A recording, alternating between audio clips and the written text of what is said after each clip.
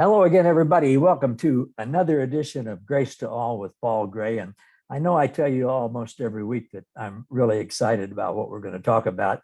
I don't have enough exclamation points on my keyboard to convey how excited I really am because, let me say hello and welcome to Mike Popovich. And Mike, I've interviewed Mike before. I've been listening to his teaching and watching his videos and stuff for quite some time now.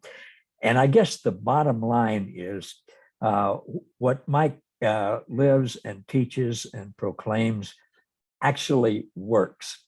And a lot of the things that I've done before, even being in the grace movement, if you want to call it that, haven't always worked as well as I would hope that they would. So I'm just so excited to have Mike here, and Mike's the real deal. He's what you see is what you get, and not just on a picture on a tube, but in person. I can certainly attest to that. And Mike has an amazing understanding and relationship with what Jesus calls the only true God, his Father, and what Mike is learning and doing in that relationship works with dramatic results in virtually every area of our lives. Now, I haven't said that very well at all, but I know Mike will. So, Mike, I want to turn you loose. Yeah, well, thanks. And I would say the same thing about you, Paul. Like I said, we've met each other online several times, but got to be able to spend a little time with you and Kitsy, your girlfriend. I like to call our wives our girlfriends. We still date. Yeah. And I thought you said it well. It really is like Paul and I were just describing before you hit the record button here is most of us, even in the grace camp, which we would call ourselves that, still have this idea of separation in so many areas when we read scripture. And somehow we're still trying to pray to this God outside of ourselves, or when we see the words Lord, or we see the words Father, when we see the words God, Elohim, Yahweh, we really don't accept what the scriptures say, where it says, I and the Father are one, and the same glory that he has, we have. And so really what we're trying to do is like Paul and I were discussing just before, I was reading Corinthians again in Paul's narrative, where he says, know ye not that you are the temple of God, and the Spirit of God dwells in you, every one of you that's listening to this.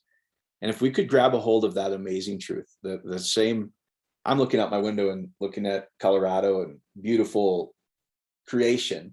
And I go, the God who created that entire thing, simply by imaging it is what the scriptures say. I imaged it and it became. Because what else could he do? He's spirit. He's not something he can see. So he said, I imaged you, and then the potential in the spirit became physical reality. And he's given us that spirit. We're created in his likeness. And so it really is this, guys, is what Paul and I, what we're really just on this fabulous journey where we're trying to teach you is there's no physical limitation to this Christ in you, this anointing of God in you. There's literally nothing. I know that's hard to believe, but like he said, is we're just trying to explore the limits of this. And I found I can't find it. I can't find the limit. When we do these things, we're just dare to believe God. And so it really is as simple as this, guys. You know, we were discussing the other night, if you look at all the prayer verses, anything that has to do with prayer, whether it's John 16 or 1 John or, Mark and Matthew, that believe in you shall receive, they're all 100% assurance. You cannot find one verse in there where it says, well, he might not answer prayer. You can't. We just don't believe it. And I think because most of us have been taught out of that. But they are 100% assurance. And what else would give you assurance but assurance? It sounds so simple. And so I would just tell you this is, I don't care what it is. Everybody would go, hey, all things are possible to God. Oh, yeah. We all say that. But then it says all things are possible to him who believe. Now, we don't want to make you jump through hoops to believe. What's really amazing is if you can just take this, if you can imagine something, your heart and mind, in my opinion, are the divine gifts of God to heal us, to prosper us, to absolutely provide anything we could ever need in any situation in life. And if we can just picture what we desire as if we already have it, and the emotion of gratitude and love and peace and contentment and joy as we image what we want, as if it's already real. Those are the emotions where it just effortlessly happens in our life. And can I share this testimony I just read with you, Paul? I think it's really good to help.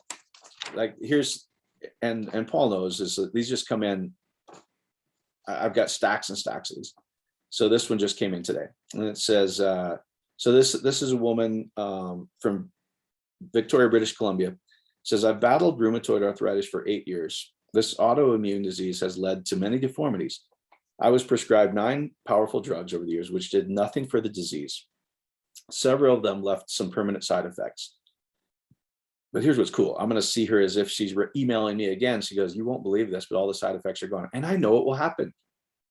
I know it will happen. If I just image myself as if I'm reading an email that doesn't exist yet in the physical, but I know in the spiritual it does, because all things are already available.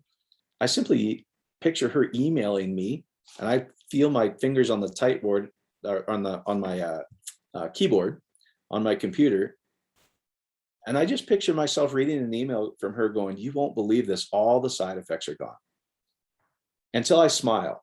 Like once I experience that emotion, I go, wouldn't that be awesome if that was actually true? So I know it's going to happen. So we'll deal with that later. But anyway, my lab results in June were so discouraging. So that's 2 months ago, and painted a picture of a seriously ill person with no hope. Then I began to pray as you have taught, what I just was sharing with Paul here. My lab report this month was so unbelievably good that I thought I had someone else's results. It was a perfect report. So guys, think about that.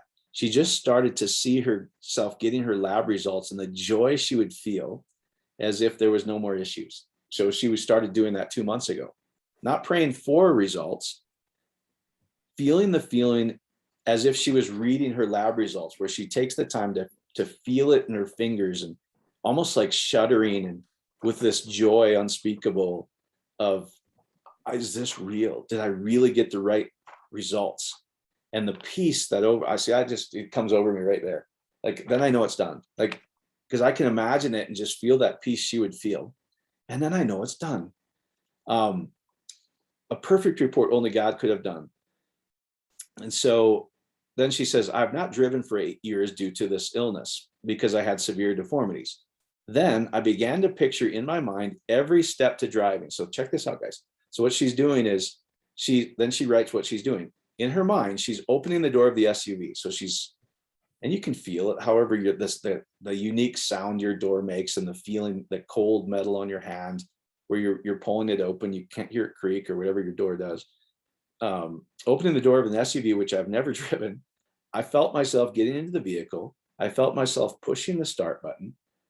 I pictured myself backing out of the parking stall. So guys, if you have a newer car, you probably have a backup rear view camera. So you imagine yourself looking at that camera and steering. And if you got the old fashioned way that Paul and I grew up with, you put your arm over the thing and you look backwards, right?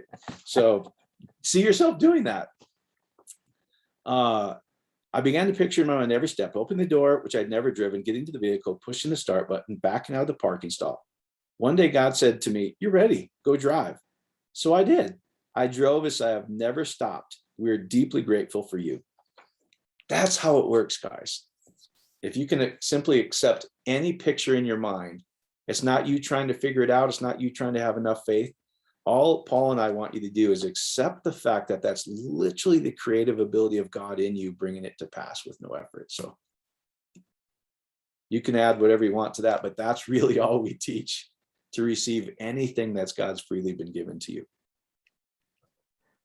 Well, I can certainly attest from personal experience that it does work. And I say I say God does work. The matrix works, the force, the ether, the connection that we have to oneness with everything. And I'm seeing, Mike, that one of the things that really helps people who hope this is true, who want it to be true, but will it work for me or whatever? I'm seeing that hearing testimonies, as you do so well, reading people's testimonies, is a huge encouragement to people, and going, well, yeah, if that can happen to somebody in Ontario, uh, maybe it can happen to me. So it's no longer theory. Yes. It's not intellectual. It's Yeah. not something that we read in a book about, somebody 1700 years ago that thought this might happen and wrote a treatise on it. No, Yes. it's experience, and experience always trumps intellectual knowledge. Yep. And I think as you said before, we still have bits and pieces of this intellectual baggage of saying, yeah, well, that's not really true, or maybe it's true for somebody else, or maybe I'm exaggerating it, or whatever. Uh, but the proof is in the pudding. Yep. I know with me, so many different things as I look back on this. And one of the exercises that the Lord had me do recently was just to, I sit outside in the morning on my back porch. I don't have quite the view that you do. In Kansas, we have one small hill. But but I imagine I can visualize the Rocky Mountains. But the Lord just said, okay, let's go back and let's look at all these. And I started seeing things, when I was in grade school and on and on and on, that I won't say visions. It's not like I had a dream, when it fell in a trance and had a dream, but I had a vision in my mind. Okay, this is what I want to happen. Wouldn't it be nice if this happened? If I could have a band, if we could make records, if we could do TV shows, I never doubted that it would happen, and it did. And I think about a health thing. I was you and I both love sports, and I'm a real slow learner at many things. And when I was in my 50s, I hadn't yet learned that I couldn't play baseball. And so, my son's team's playing a game. It was a softball game, and they didn't have enough. They were shy of one player, and I said, "Well, I can play." Like 2 or 3 outs into the first inning, I dove for a ground ball and broke my shoulder and literally separated the tendon and the muscle. The pain was excruciating. They take me to the emergency room and all of that and do the exercises and or x-rays and stuff. And yeah, it's broken and stuff. And so I put my arm in a sling. I go through the test. I go visit an orthopedic surgeon, and he says, yeah, we got to operate. We got to put your arm in a sling, and you won't be able to use it for at least 8 weeks afterwards. And there's a good 50% chance that'll work. And I wasn't settling. I just wasn't settling for that. And sometimes the pain was so bad, I'd be walking along and it would just drive me down to the ground. And so I'm wearing this sling. I went to a conference somewhere. I don't know if you ever knew or remember this guy named Miles Monroe. Oh yeah, of course. Yeah. And man, he was teaching, saying some of the same things you are. And I was on the airplane coming back and sitting there, and I just felt the Lord say to me, take that sleeve off, that sling off, go into the bathroom, throw it in the trash, and you're healed. It never hurt after that. I get back home, I go to the doctor, and I called him. I said, I need to cancel my surgery. And they said, well, you mean reschedule? And I said, no, cancel it. And they said, why? And I said, well, it doesn't hurt anymore. If I took my shirt off, you'd see it. And the x-rays show it's still broken, but it doesn't hurt. And I'm not supposed to be able to raise my arm like that, but I can. I think that's what we're talking about here, isn't it? It's exactly what we're talking about.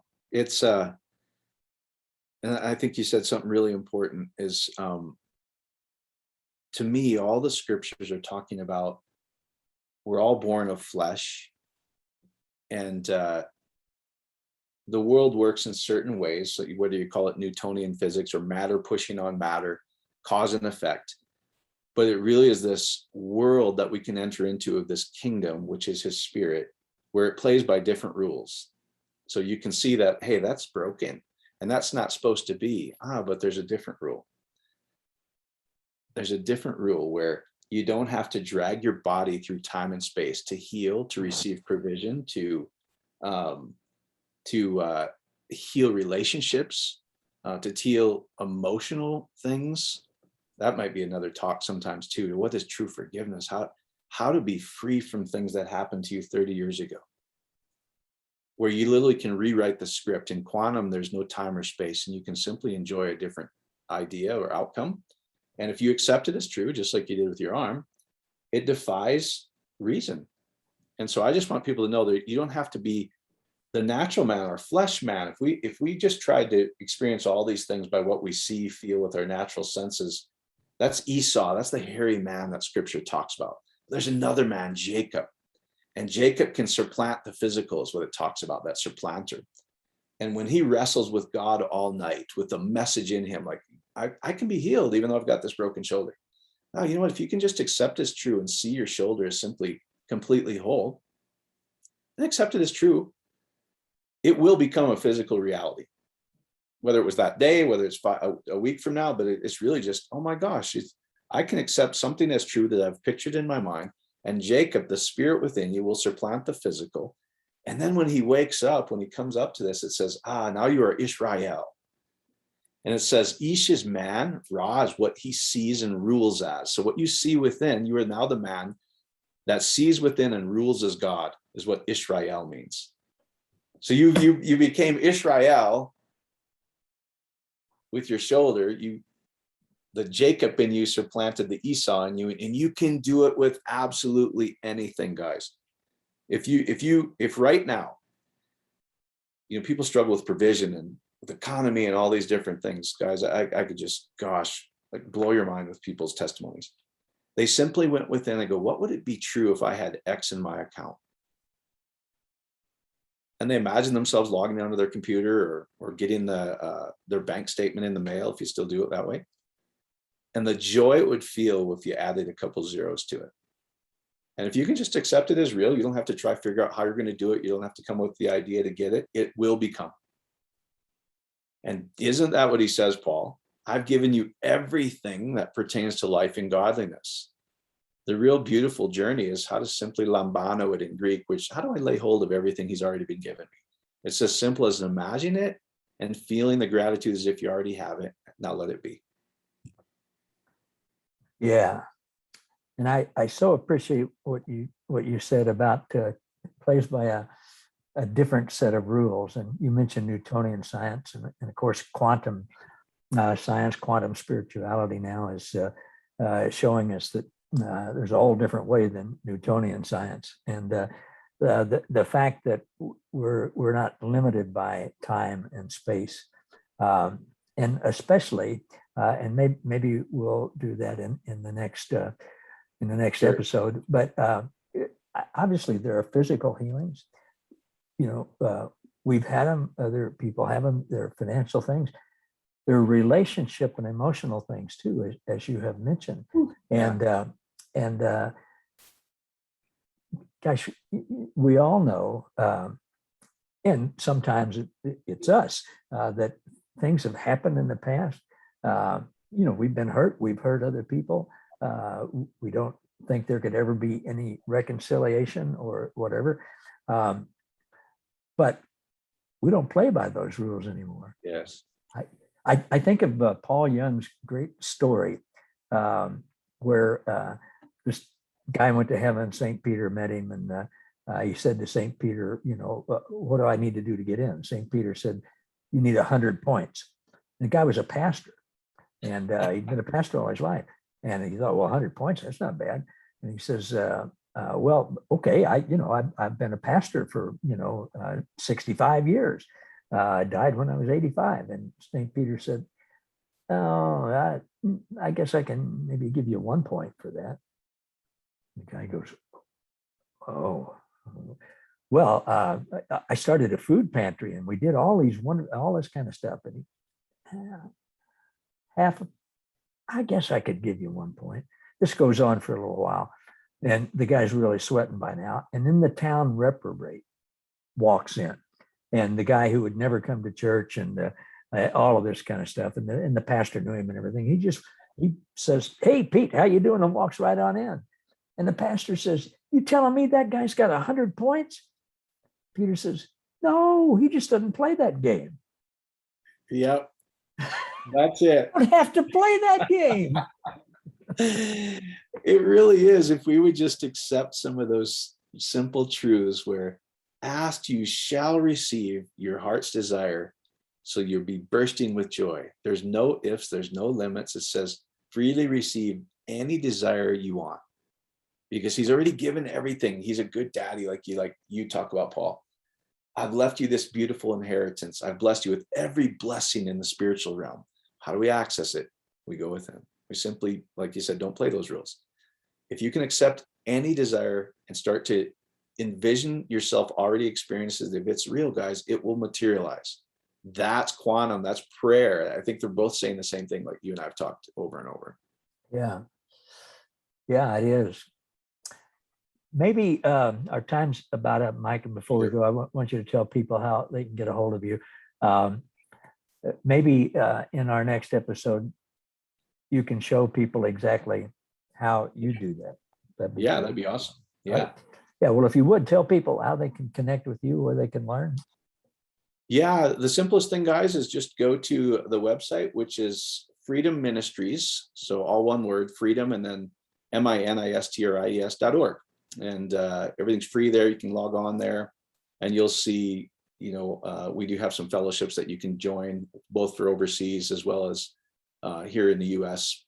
And that's what it is. It's really we're just doing the same thing Paul's doing, is just sharing the incredibly good news, that there's no bad news in the good news. I know that sounds crazy, but I grew up with a lot of bad news in the supposed good news. And I realized there isn't any bad news in the whole thing. It's all good. And we just want to continue to, what Paul's doing, I think is key, because true ministry is not learning about a book. It's not spending your life in discipleship.